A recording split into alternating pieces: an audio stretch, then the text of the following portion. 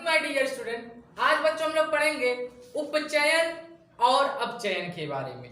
तो बच्चों, उपचयन या जिसे ऑक्सीकरण भी कहा जाता है, इंग्लिश में ऑक्सीडेशन कहा जाता है, ये होता क्या है?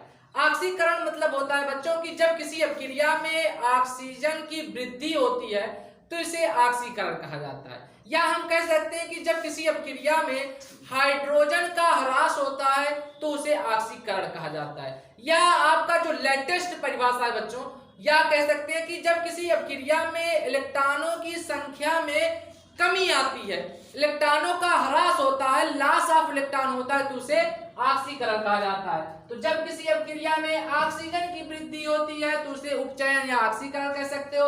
या बच्चों कह सकते हो कि जब किसी अपक्रिया में हाइड्रोजन का ह्रास हो तो आप उसको उपचयन या ऑक्सीकरण कह सकते हैं। या जो बेहतरीन परिभाषा यही है बच्चों, जब किसी अपक्रिया में इलेक्ट्रॉनों का ह्रास होता है तो ऐसी अपक्रिया को उपचयन या ऑक्सीकरण कहा जाता है। हम अपने दैनिक जीवन में बहुत सी ऐसी अपक्रियाओं को देखते रहते हैं जिनका ऑक्सीकरण होता रहता है। जैसे बच्चों लोहे का ऑक्सीकरण हो जाता है, जैसे हमारे भोजन होते हैं उनका ऑक्सीकरण हो जाता है तो उनका स्वाद और गंध बदल जाते हैं। तो कई ऐसी चीजें जो हमारे दैनिक जीवन में दिखाई पड़ते हैं जिनके ऑक्सीकरण से क्या हो जाता है, जैसे साग सब्जियों का सड़ जाना भी बच्चों क्या है, ऑक्सीकरण होता है। तो यहाँ मैं एग्जांपल लेकर के समझा रहा हूँ, जैसे कि ऑक्सीकरण की परिभाषा। तो मैंने क्या बताया, पहला परिभाषा कि जब किसी अपक्रिया में ऑक्सीजन जुड़े, तो मैं यहाँ ले रहा हूँ बच्चों कार्बन और यहाँ मैं ऑक्सीजन को जोड़ दे रहा हूँ। तो कार्बन ऑक्सीजन आपस में जुड़ गए तो बन गया आपका कार्बन डाइऑक्साइड।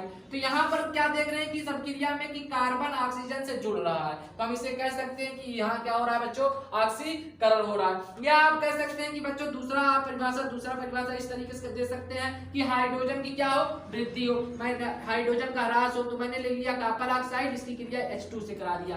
तो क्या करूंगा बच्चों, यहाँ पर देखो हाइड्रोजन क्या करेगा, ऑक्सीजन को खींच लेगा तो बन जाएगा Cu प्लस H2, वो बन जाएगा। तो यहाँ पर क्या हो रहा है, इस अपक्रिया में हाइड्रोजन का ह्रास हो रहा है तो यहाँ पर क्या हो जाएगा, ऑक्सीकरण हो सकता है। या इस तरीके से भी बच्चों आप कह सकते हैं कि आपका जो है ऑक्सीकरण संख्या में अगर वृद्धि हो रही है तो उसे ऑक्सीकरण कह सकते हैं।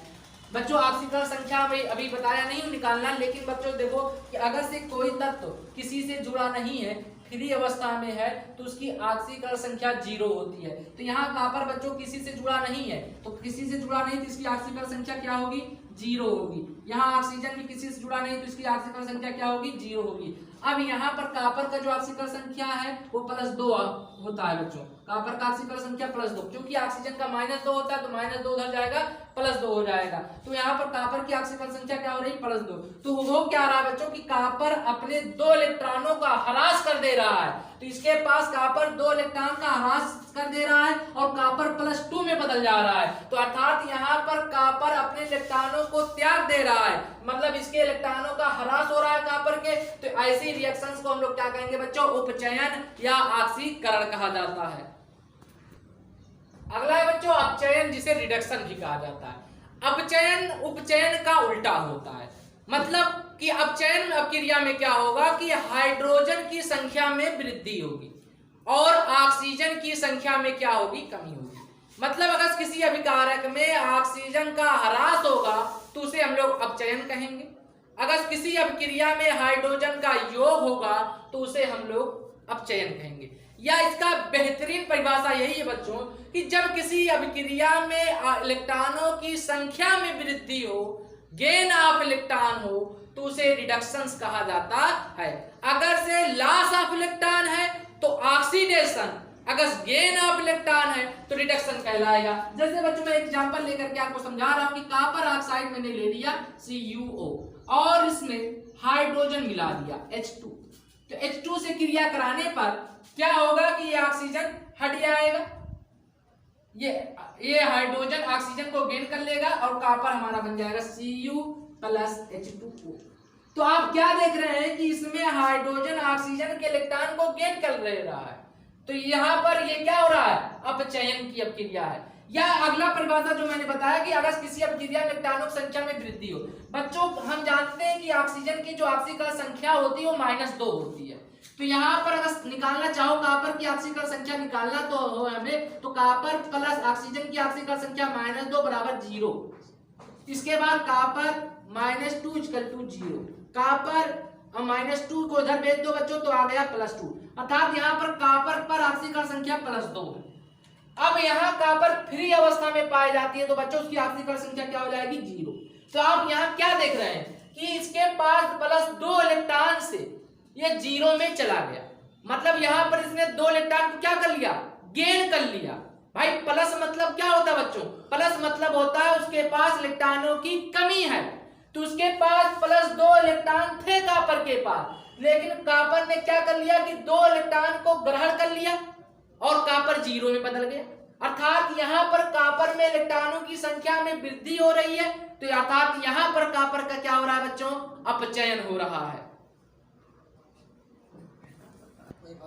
बच्चों जो मैंने यहाँ कॉपर का +2 ऑक्सीकरण संख्या निकाला हुआ है, अभी हम लोग सीखेंगे कि आखिर ये ऑक्सीकरण संख्या कैसे निकाली जाती है, अभी इसके बाद हम लोग जो है सीखेंगे। अब बच्चों रिडॉक्स अपक्रिया के बारे में हम लोग पढ़ेंगे। तो रिडॉक्स अपक्रिया क्या होता है, रिडॉक्स अपक्रिया मतलब होता है बच्चों की वो अपक्रिया जिसमें ऑक्सीकरण भी हो रहा हो, अपचयन भी हो रहा हो, ऐसी अपक्रिया को रिडॉक्स अपक्रिया कहा जाता है। मतलब जिस अपक्रिया में ऑक्सीकरण अपचयन दोनों साथ साथ होते हैं, ऐसी अपक्रिया को रिडॉक्स अपक्रिया कहा जाता है। और बच्चों एक चीज ध्यान देना कि जिधर ऑक्सीकरण संख्या में वृद्धि हो रही है, मतलब जिस एलिमेंट में ऑक्सीकरण संख्या में बढ़ रहा है या आवेश बढ़ रहा है, तो हम कहेंगे कि उसका ऑक्सीकरण हो रहा है, उसका ऑक्सीडेशन हो रहा है। और जिधर ऑक्सीकरण संख्या घट रही है, जिस तरफ तत्व के ऑक्सीकरण संख्या में घटोत्तरी होगी, तो हम कहेंगे कि उसका अपचयन हो रहा है। जैसे बच्चों मैं यहाँ एग्जांपल ले लूं कि यहाँ मैंने ले लिया lead oxide 2PbO, lead oxide की क्रिया मैं कार्बन से करा दे रहा हूँ बच्चों। तो लेड ऑक्साइड की क्रिया जब कार्बन से कराओगे तो आपका बदल जाएगा लेड में, और साथ में कार्बन डाइऑक्साइड गैस बाहर निकल आएगा बच्चों CO2। तो अब यहाँ देखो लेड का मैंने बताया ऑक्सीजन का ऑक्सीकरण संख्या बच्चों -2 होता है। कितना होता है, जनरली ऑक्सीजन का ऑक्सीकरण संख्या -2 होता है। तो -2 उधर जब हम लोग ट्रांसफर करेंगे तो इस पे लेड पे आएगा +2, जब इस पे -2 तो ऑलरेडी इस पे कितना आएगा +2। और अगर कोई तत्व किसी से जुड़ा नहीं है तो उसकी ऑक्सीकरण संख्या 0 होती है, तो इसकी ऑक्सीकरण संख्या क्या होगी बच्चों 0 होगी। तो अब यहाँ देखो लेड +2 में है और यहाँ क्या लेड किसी से जुड़ा है, नहीं जुड़ा है। जब कोई तत्व किसी से कंबाइंड स्टेट में नहीं है तो उसका ऑक्सीकरण संख्या क्या होता है बच्चों 0 होता है। अब यहाँ पर देखो ऑक्सीजन का में कार्बन का निकालना है, तो कार्बन का निकालना है, ऑक्सीजन का हमें पता है कि ऑक्सीकरण संख्या 2 होता है। तो यहाँ पर कार्बन का मैं निकाल लेता हूँ, 2 गुणे ऑक्सीजन का कितना होता है -2 बराबर 0, तो -4 इक्वल टू 0, -4 को 0 के उधर ट्रांसफर करेंगे तो कार्बन का ऑक्सीकरण संख्या कितना आ जाएगा +4, अर्थात यहाँ पर कार्बन की ऑक्सीकरण संख्या कितनी है बच्चों +4, और यहाँ पर कार्बन +0 से किस में जा रहा है बच्चों +4 में जा रहा है, और यहाँ लेड +2 से किस में जा रहा है बच्चों +2 से जा रहा है 0 में। तो यहाँ पर आप क्या देख रहे हैं कि लेड +2 से 0 में जा रहा है, मतलब कि ये जो ऑक्सीकरण संख्या है इधर क्या हो रही है +2 है और यहाँ क्या हो रहा है 0 है, यहाँ ऑक्सीकरण संख्या घट रही है, अर्थात यहाँ लेड का क्या हो रहा है बच्चों अपचयन हो रहा है। कि जिधर ऑक्सीकरण संख्या घटती है उसे हम क्या कहते हैं कि उसका अपचयन हो रहा है। तो यहाँ लेड का क्या हो रहा है बच्चों अपचयन हो रहा है। यहाँ देखो कार्बन 0 में है, कार्बन 0 से +4 में जा रहा है, यहाँ ऑक्सीकरण संख्या क्या हो रही है बच्चों बढ़ रही है। तो ऑक्सीकरण संख्या बढ़ेगी तो हम लोग कहेंगे कि क्या हो रहा है बच्चों यहाँ उसका जो है उपचयन हो रहा है। तो ऑक्सीकरण संख्या यहाँ कार्बन की बढ़ रही है, या ऐसे कह सकते हो बच्चों आवेश बढ़ेगा, आवेश की संख्या बढ़ रही है तो ऑक्सीकरण, आवेश की संख्या घटेगी तो अपचयन। तो यहाँ पर +2 आवेश है, यहाँ पर 0 आवेश है, तो यहाँ पर आवेश क्या हो रहा है घट रहा है, तो ये अपचयन कहलाएगा। यहाँ पर देखो आपका कार्बन का 0 आवेश है, यहाँ कार्बन का +4 आवेश है, तो यहाँ पर ऑक्सीकरण संख्या क्या हो रही है बढ़ रही है, या आवेश बढ़ रहा है, चार्ज बढ़ रहा है, तो हम उसको क्या कहेंगे कि उपचयन हो रहा है। तो इस अपक्रिया में हम बच्चों क्या देख रहे हैं, इस अपक्रिया में हम देख रहे हैं कि उपचयन भी हो रहा है, अपचयन भी हो रहा है। यहाँ लेड का अपचयन हो रहा है, कार्बन का उपचयन हो रहा है, तो ऐसी अपक्रिया को रिडॉक्स अपक्रिया कहा जाता है। ज्यादातर जो हमें रिएक्शन देखने के मिलते हैं बच्चों वो उनमें ऑक्सीकरण और अपचयन दोनों दिखाई देते हैं, अर्थात वो ज्यादातर हमारे रिडॉक्स अपक्रिया ही होते हैं। अब बच्चों हम ये सीखेंगे कि ऑक्सीकरण संख्या क्या होता है। तो ऑक्सीकरण संख्या formal charge on an atom in A species, किसी भी एटम के ऊपर फॉर्मल चार्ज की संख्या को ही ऑक्सीकरण संख्या कहा जाता है। किसी तत्व के ऊपर उपस्थित फॉर्मल आवेश की संख्या को ऑक्सीकरण संख्या कहा जाता है। ये फॉर्मल आवेश क्या होता है बच्चों, जैसे मैंने यहाँ लिख दिया HCl, ये सहसंयोजी बंध के द्वारा आपस में जुड़ा हुआ है।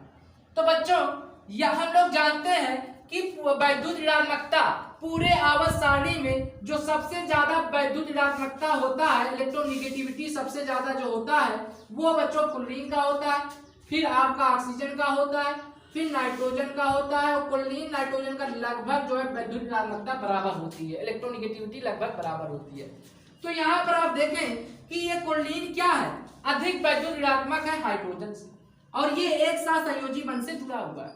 तो क्लोरीन क्या करेगा, हाइड्रोजन के इलेक्ट्रॉन को अपने तरफ खींचेगा, तो अपने तरफ खींचेगा तो इसके पे ऊपर पार्शियल क्या आ जाएंगे बच्चों, चार्ज आ जाएगा। तो एक बांड लगा हुआ है, एक साथ संयोजी बंध, तो इस पे -1 आएगा, और ये इसके इलेक्ट्रॉन को खींच रहे हैं हाइड्रोजन के, तो इसके ऊपर क्या आ जाएगा, +1 चार्ज आ जाएगा।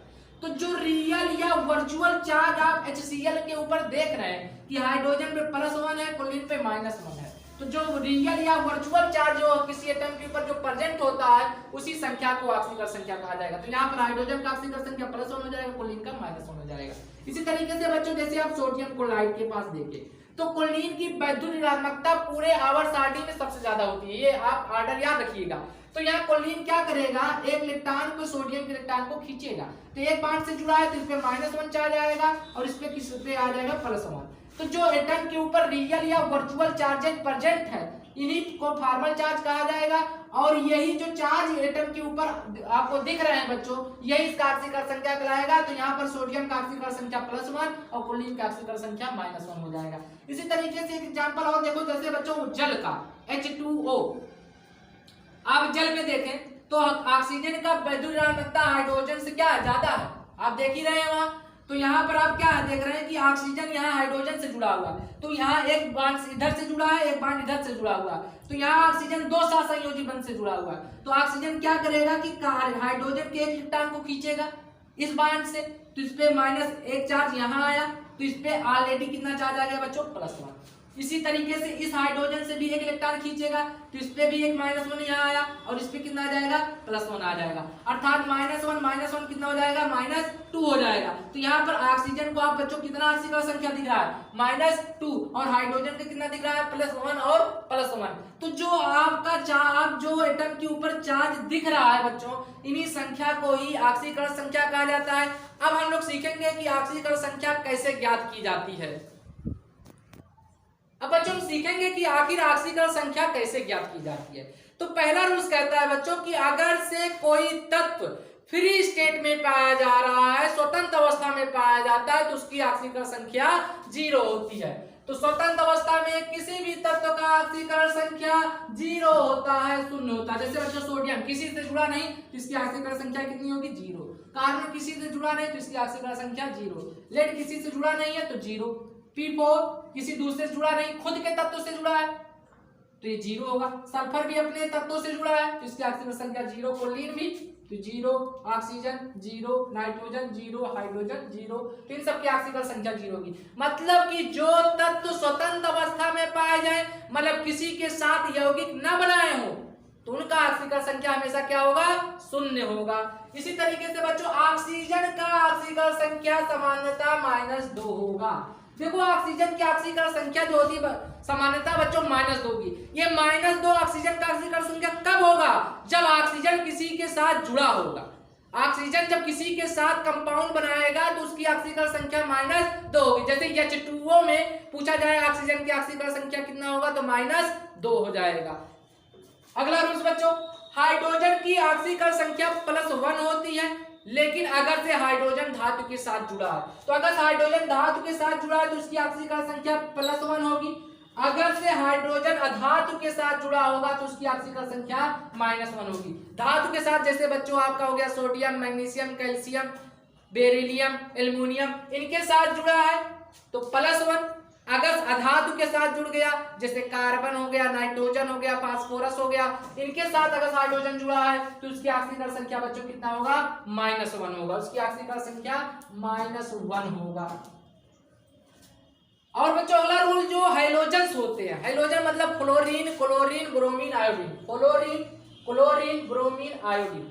हाइड्रोजन का ऑक्सीकरण संख्या -2 होता है। याद रखना फ्लोरीन का हमेशा ऑक्सीकरण संख्या -1 होता है, जबकि क्लोरीन, ब्रोमीन, आयोडीन का ऑक्सीकरण संख्या -1 तो होता भी है, साथ में ये अपने ऑक्सीकरण संख्या को प्लस में भी ला सकते हैं। क्लोरीन, ब्रोमीन, आयोडीन +5 भी दिखा सकते हैं, +7 भी दिखा सकते हैं और माइनस में भी दिखा सकते हैं। लेकिन फ्लोरीन बच्चों ये हमेशा -1 ऑक्सीकरण संख्या दिखाता है। फ्लोरीन हमेशा -1 दिखाता है और क्लोरीन, ब्रोमीन, आयोडीन भी -1 दिखाते हैं, लेकिन साथ साथ में कभी कभी +5, +7, +3 भी दिखा सकते हैं।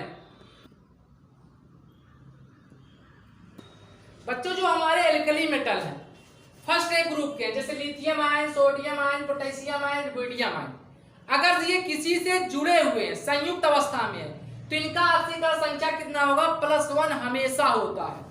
और अगर से एल्कलाइन अर्थ मेटल है, एल्कलाइन अर्थ मेटल मतलब सेकेंड डे ग्रुप के, जैसे beryllium ion, magnesium ion, calcium ion, strontium ion, barium ion, अगर किसी कंपाउंड में जुड़े हुए हैं संयुक्त अवस्था में, तो इनका हमेशा ऑक्सीकरण संख्या बच्चों +2 होगा।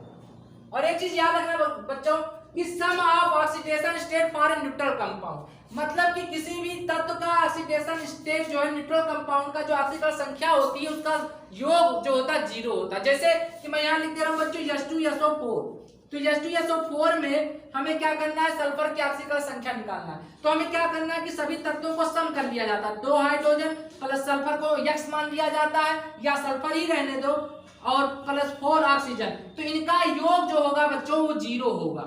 तो सम of oxidation state for a neutral compound, neutral मतलब उदासीन यौगिक जिसके ऊपर कोई प्लस माइनस न लगा हो, तो उसे न्यूट्रल कंपाउंड कहा जाएगा। तो न्यूट्रल कंपाउंड का जो सम होगा ऑक्सीडेशन स्टेट का वो बच्चों हमेशा 0 होगा, और इसको इस तरीके से लिखा जाता है। तो सम of oxidation state for a neutral compound is always 0। अब बच्चों हमें इसमें क्या करना है? पोटेशियम डाइक्रोमेट में हमसे पूछ रहा है क्रोमियम का ऑक्सीकरण संख्या बताओ। तो बच्चों हमने बताया था कि सबसे पहले अगर न्यूट्रल कंपाउंड है उसके ऊपर क्या कोई चार्ज दिख रहा है? अभी नहीं दिख रहा है, उदासीन है। तो क्या करना है कि जिसको सम of oxidation state for a neutral compound is 0, तो हमें क्या करना है कि सबसे पहले क्रोमियम का ऑक्सीकरण संख्या निकालना है। तो यहाँ बच्चों पोटेशियम कितना है? 2, तो हम ऐसे लिखेंगे पोटेशियम 2, फिर यहाँ सम का चिन्ह लगाएंगे, जोड़ेंगे।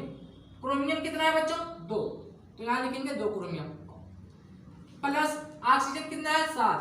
7 ऑक्सीजन। तो सम ऑफ ऑक्सीडेशन स्टेट टोटल क्या लिखेंगे बच्चों? 0 लिखेंगे, इस पे कोई चार्ज नहीं ना, तो 0 लिख देंगे। अब हमने लिखा है कि ये देखो पोटेशियम का ऑक्सीकरण संख्या कितना होता है? जनरली सोडियम, पोटेशियम, लिथियम, इनका ऑक्सीकरण संख्या +1 में होता है, हम लोगों ने रूल में लिखा है। तो 2 × +1 प्लस हमें क्रोमियम को निकालना है, क्रोमियम का हमें पता नहीं है, 2Cr प्लस 7। ऑक्सीजन का ऑक्सीकरण संख्या कितना होता है बच्चों? -2। कितना होता है? -2, तो -2 = 0। अब बच्चों देखो 2 × 2 और 7 दूनी 14, -14 और +2, यानी 2 × 2 हो गया 2 प्लस 2Cr और -14 = 0। -14 और +2 घट जाएगा, कितना बचेगा बच्चों? -12। -12 को 0 के उधर ट्रांसफर करोगे, पक्षांतर करोगे, तो क्या आएगा? +12 आ गया। अब 2 बचा है बच्चों, यहाँ 2 से भाग दे दो, तो 2 × 6 = 12। यहाँ क्रोमियम का ऑक्सीकरण संख्या कितना आ गया बच्चों? +6। मतलब कि पोटेशियम डाइक्रोमेट में क्रोमियम की ऑक्सीकरण संख्या कितनी आ गई? +6 आ गई। इसी तरीके से कार्बन डाइऑक्साइड में हमें कार्बन का ऑक्सीकरण संख्या निकालना है। तो बच्चों कार्बन का निकालना है, तो पहले ऐसे लिख लो, कार्बन कितने ऑक्सीजन? 2 ऑक्सीजन, प्लस का चिन्ह लगाओ, 2 ऑक्सीजन बराबर 0। फिर कार्बन प्लस 2 ऑक्सीजन का समानता, हम लोगों ने पढ़ा कि ऑक्सीजन का समानता ऑक्सीकरण संख्या कितना होता है? -2 बराबर 0। तो 2 दूना 4, -4 आएगा बच्चों। -4 को 0 के उधर पक्षांतर करोगे तो क्या हो जाएगा? +4। तो यहाँ कार्बन की ऑक्सीकरण संख्या कितनी आ गई? +4। इसी तरीके से मान लो यहाँ H2O में हमें ऑक्सीजन की ऑक्सीकरण संख्या निकालनी है। तो बच्चों कितने हाइड्रोजन है? 2 hydrogen plus oxygen = 0। Sum of oxidation state क्या होता है? 0 होता है। अब हम जानते हैं कि हाइड्रोजन की ऑक्सीकरण संख्या कितना होता है बच्चों?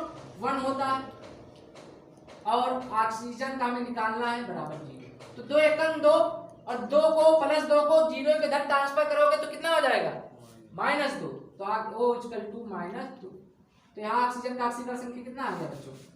-2। और हाइड्रोजन कितना होगा? +1, आपको पता ही। इसी तरीके से HNO2 में मान लो हमें नाइट्रोजन का ऑक्सीकरण संख्या निकालना है बच्चों, तो हम लोग कैसे लिखेंगे? H लिखेंगे। नाइट्रोजन को निकालना है, N लिखो। कितने ऑक्सीजन है? 2 ऑक्सीजन बराबर 0। हाइड्रोजन का ऑक्सीकरण संख्या कितना होता है जनरली? +1। हाइड्रोजन का ऑक्सीकरण संख्या +1 प्लस नाइट्रोजन का हमें निकालना है, ऐसे रहने दो। प्लस ऑक्सीजन का कितना होता है बच्चों? -2, तो यहाँ -2 लिख दो बराबर। तो 2 दूना 4 -4 और यहाँ आपका +1 बच्चों, तो -4 में से +1 घट जाएगा तो -3। -3 को उधर भेजोगे तो बच्चों क्या हो जाएगा? +3। तो यहाँ पर नाइट्रोजन का ऑक्सीकरण संख्या कितना आ गया? +3। इधर आ जाओ बच्चों, हमें पोटेशियम पर मैग्नेट में मैंगनीज का ऑक्सीकरण संख्या निकालना है, तो हमें लोग ऐसे लिखेंगे potassium plus manganese plus 4 oxygen बराबर 0। पोटेशियम का जनरली कितना होता है ऑक्सीकरण संख्या बच्चों? +1 होता है, +1 हमने लिख दिया। प्लस मैंगनीज को हमें निकालना है, नहीं मालूम है, मैंगनीज को ऐसे रहेंगे प्लस। ऑक्सीजन का हमें पता है बच्चों कितना होता है? -2 बराबर 0। तो -8 और +1 घट जाएगा, कितना बचेगा? -7। तो Mn = -7 बराबर 0। अब -7 को 0 को उधर ट्रांसफर कर दो बच्चों, तो क्या हो जाएगा मैंगनीज का? +7। तो यहाँ मैंगनीज की ऑक्सीकरण संख्या कितनी आ गई बच्चों? +7 आ गई। अमोनिया में हमें नाइट्रोजन का ऑक्सीकरण संख्या निकालना है, तो बच्चों ऐसे लिखो N, कितने हाइड्रोजन है? 3, और सम ऑफ ऑक्सीडेशन स्टेट कितना हो जाएगा? 0। N हाइड्रोजन का ऑक्सीकरण संख्या जनरली कितना होता है बच्चों? -1 होता है, +1 होता है। 3 × 1 = 0। तो 3 × 3 हो गया, 3 को +3 को उधर 95 करोगे तो कितना हो जाएगा? -3। तो अमोनिया में नाइट्रोजन की ऑक्सीकरण संख्या कितनी होती है बच्चों? -3। H2SO4 में हमें सल्फर की ऑक्सीकरण संख्या निकालनी है, तो हम क्या कर रहे हैं? हाइड्रोजन कितना है? 2, सल्फर कितना है? 1, ऑक्सीजन कितना है? 4 बराबर 0। हाइड्रोजन का ऑक्सीकरण संख्या जनरली कितना होता है बच्चों? +1, तो 2 × 1। प्लस सल्फर भी है बच्चों, सल्फर का हमें निकालना है, सल्फर हमने लिख दिया। प्लस ऑक्सीजन का ऑक्सीकरण संख्या कितना होता है? -2, ब्रैकेट में मैंने लिख दिया 0 बराबर 0 का चिन्ह लगाएंगे। 4 दूनी 8, -8 में से +2 × 2 है ना, -8 हो गया आपका, ये 2 × 2 है, 2 + S -8 = 0। -8 में से +2 घट जाएगा, कितना बचेगा? -6। -6 0 को उधर जाएगा तो क्या आ जाएगा बच्चों? +6। तो सल्फर का ऑक्सीकरण संख्या आ गया +6।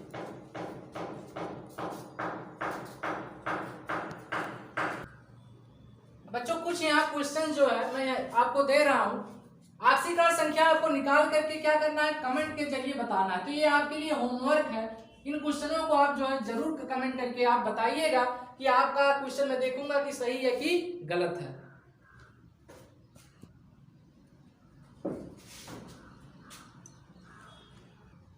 जो इधर बच्चों में मैंने क्वेश्चन दिया है, तो जिनका मैंने अंडरलाइन किया है, उन्हीं अंडरलाइन किए गए तत्व का ही ऑक्सीकरण संख्या निकालना। जैसे बच्चों यहाँ नाइट्रोजन का ऑक्सीकरण संख्या निकालना है, यहाँ बेरियम का, यहाँ भी नाइट्रोजन का, यहाँ सल्फर का, यहाँ लेड का निकालना है, यहाँ कॉपर का, यहाँ जिंक का। तो जो मैंने अंडरलाइन कर दिया है जिन तत्वों के नीचे, उन्हीं तत्वों का ऑक्सीकरण संख्या निकालना। जैसे यहाँ फास्फोरस का निकालना है बच्चों,